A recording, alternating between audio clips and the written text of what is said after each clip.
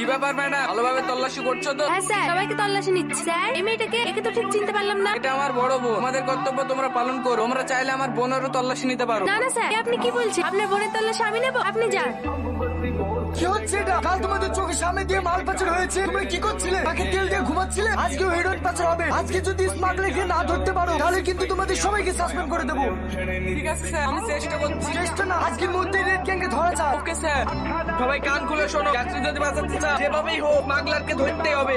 Madam phone করছে। হ্যাঁ বলেন ম্যাডাম। স্যার, আমাদের ব্যারিকেড থেকে একটা ছেলে পালাচ্ছে, আমরা পিছু নিচ্ছি। আপনারা রেডি হয়ে থাকে। ঠিক আছে, আমরা রেডি হয়ে যাচ্ছি। কোন দিকে যাবে আমাদেরকে জানাবে।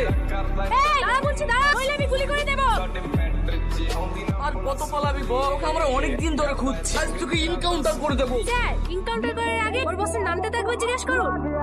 এই বল, তোর বসের নাম কি? মরে যাবো তাও জীবনে বলবো না। তুই বলবি নি? তোর তো একটু গোষ্ঠী বলবে।